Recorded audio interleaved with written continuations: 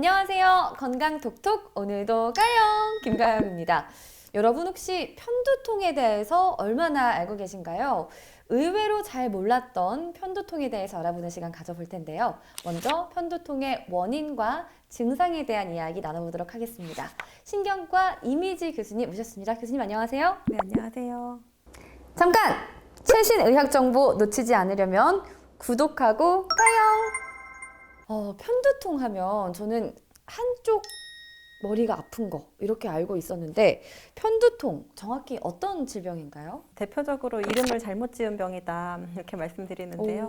네. 편두통이라는 것 자체가 너무 이 병을 잘 몰랐을 때 본질이 뭔지 모르고 네. 현상의 일부분만 따서 지은 이름이다 보니까 편두통이라는 병의 본질은 타고나기를 편두통성 뇌를 타고났다.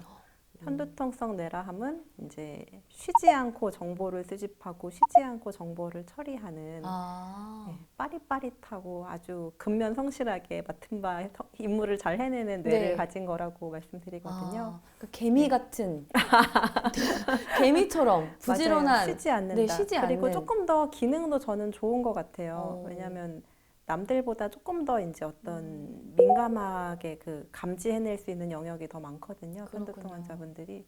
그렇군요. 그래서 저는 먼저 한쪽에 두통이 오는 게 편두통이 아니라는 걸 처음 알게 됐고요.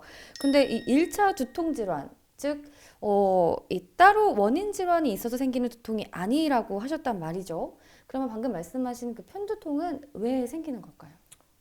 밤에 잠이 오고 낮에 깨 있고 이런 일주기 변동, 그리고 식욕 또는 호르몬 분비 같은 것도 이제 호르몬 중추인 이제 뇌하수체의 상부에서 이렇게 신호를 보내서 조절하는 일을 하는 등 여러 가지 이제 생존에 필요한 이렇게 기능들을 계속해서 이제 리듬을 만들어내는 네. 중추라고 할 수 있겠는데요. 네. 편두통 환자분들이 시상하부 기능이 그 다른 사람들보다 조금 더 좋은 것 같아요. 오히려 그래서 능력이다. 네, 맞아요. 네네. 그래서 근데 남들 같으면은 이거를 조금 놓치기도 하고 쉬기도 네. 하는데 네네. 쉬지 않고 놓치지 않고 않고. 다 해내기 때문에 어떨 때는 어떤 선 이상으로 과활성화될 수 있는 그런 포텐셜도 있는 그렇군요. 거예요. 네네. 그 선 이상으로 과활성화되게 되면은 두통이 발생하게. 그래서 기본적으로는 그냥 10명 중에 1명 중에 타고난 체질이다라고 하는 게 제일 근본 원인인 거예요. 선을 넘어서 과활성화된 뇌가 이제 두통을 자꾸 만들기 네. 시작해서 두통 빈도가 잦아지고 만성화되면은 이 편두통 인구 중에서도 두통 빈도가 많고 두통 빈도가 이제 아주 만성화되는 이런 중증도가 또 되게 그 안에 많은 거거든요. 그래서 또 이 좌뇌와 우뇌가 하는 역할이 또 다르다고 하잖아요. 그러면은 오른쪽 또 왼쪽에서 느끼는 어떤 각 부분별로의 또 두통의 차이가 있는 건가? 라는 생각도 들거든요. 좀 차이가 있나요? 사실 편두통이라는 이름이 제가 네. 너무 잘못 지은 이름이다라는 말씀을 자꾸 드리는데 한쪽으로 아플 수 있지만 사실 아까 말씀드린 그 편두통의 제일 중추 그 시상하부라고 하는 네. 부위는 뇌 제일 중심부에 있거든요. 좌도 우도 아니고 아주 중심 한중간에 있어요. 네네. 예, 거기서 이제 활성도가 발생하고 그게 어디로든지 퍼져가지고 통증이 일어나는데 왼쪽으로 퍼지면 왼쪽이 아프고 오른쪽으로 퍼지면 오른쪽, 옆으로 퍼지면 옆골, 뒤로 가면 뒷머리, 앞으로 가면 눈이 빠질 것 같고 그래서 어디로든 어디로 아프실 수 튈지 있어가지고 모르는군요. 예 맞아요. 그럼 자녀와 우뇌의 역할과는 두통의 차이가 별로 상관이 없는 거군요? 네 이거 좀 네. 이상한 얘기일 수 있겠지만 네네. 생존 중추라고 하는 시상하부 뇌부에서 시작하는 거긴 한데 뇌는 사실은 통증을 못 느끼는 장기예요. 뇌를 싸고 있는 뇌막이랑 그 바깥쪽 두개골, 두피 이쪽의 혈관들이랑 신경을 활성화시켜서 두통이 나오는 거라서 네. 사실은 그게 막 뇌 기능을 막 기능과. 뇌 기능이랑 이제 그 통증이 되게 결합되어 있지는 않은 않다. 겉의 현상이기 때문에 두통은. 네네. 제가 약간 감정적이어서 이쪽이 아픈 건가? 뭐 이런 생각을 한 적이 있는데 상관이 없다라고 말씀을 하셨고요. 그럼 편두통이 단순히 두통이 생겼다가 사라지는 게 아니라 어떤 단계가 있을까요? 편두통 현상이 시작되는 거랑 통증이 생기는 거랑 시간차가 있어요.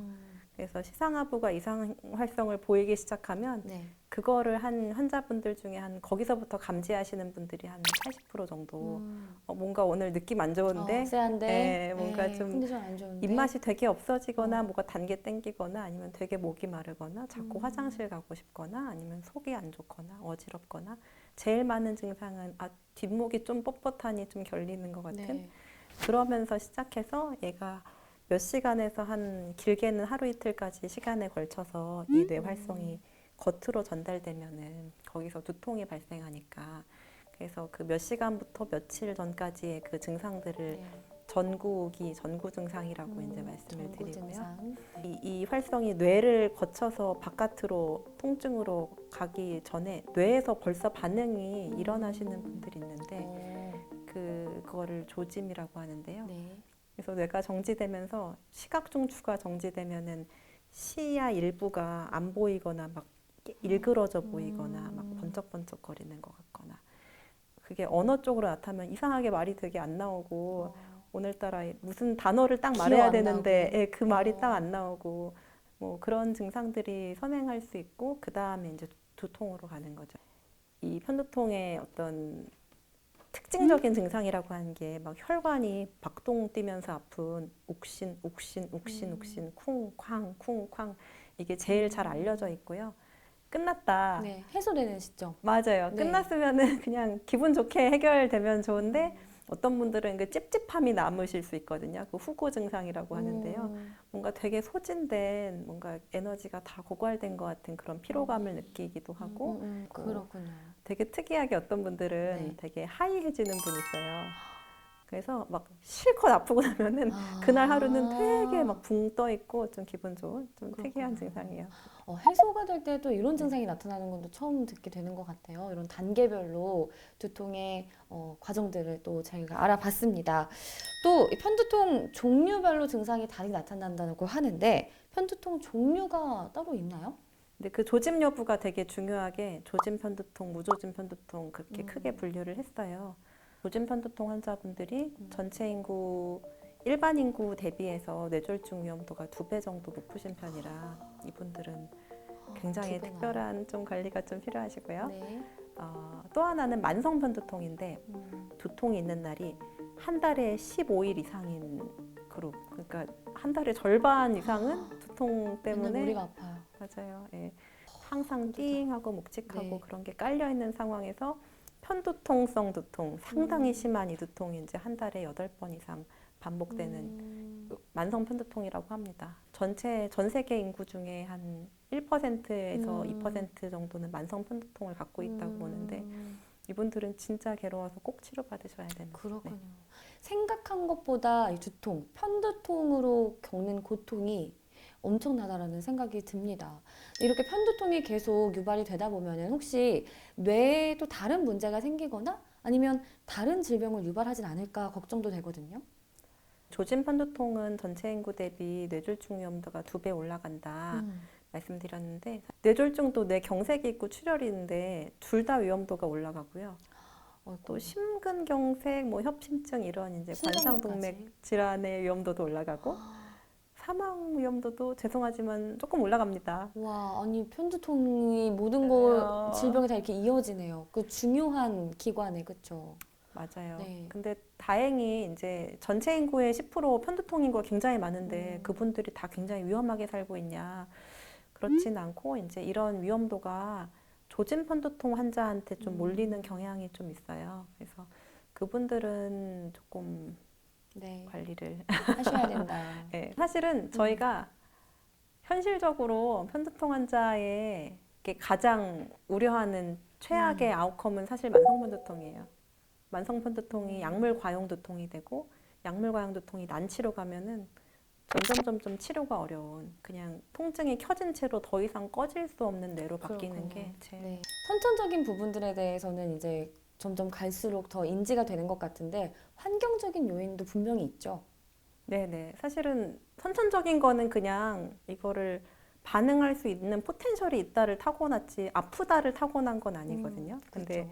얘가 어떤 선을 넘게 만드는 요인들은 결국에는 외부 또는 내부의 어떤 규칙성이 무너질 때 변화량이 얘를 많이 유발하는 거라서. 예를 들면 어떤 게 그래서 있을까요? 식사를 걸렀다. 이것도 유발. 식사를 과식을 했다. 네. 그 유발.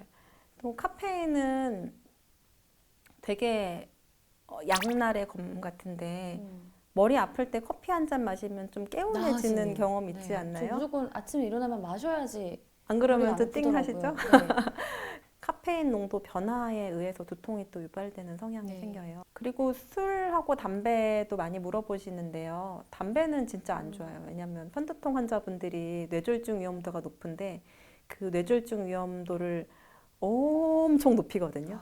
그래서 특히 조진 편두통 환자분들은 담배 금기, 간접 흡연도 금기. 금기. 또 하나 말씀드려도 된다면 이제 경구 피임약 호르몬제 복용도 네. 금기거든요. 조진 편두통 환자분들이 담배랑 호르몬제 절대 금기. 와인, 막걸리, 맥주 이런 맞아. 발효주 힘든데. 종류는 맞아.